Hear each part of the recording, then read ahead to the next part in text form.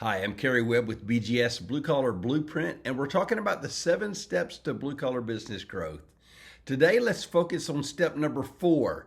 Pick your top 3 priorities. One of the biggest mistakes I see owners make is trying to fix everything at once. Multitasking is a myth, a lie. Our brains are designed for focus. Prioritize, complete a task, then move to your next goal. Don't be easily distracted. Find the 3 numbers that can have the biggest impact on your business over the next 90 days. Maybe it's moving your CSR rate from 75 to 85%, or moving your average service ticket from 375 to 600, or maybe taking your replacement closing rate from 47 to 55%. Imagine what happens when you improve all 3.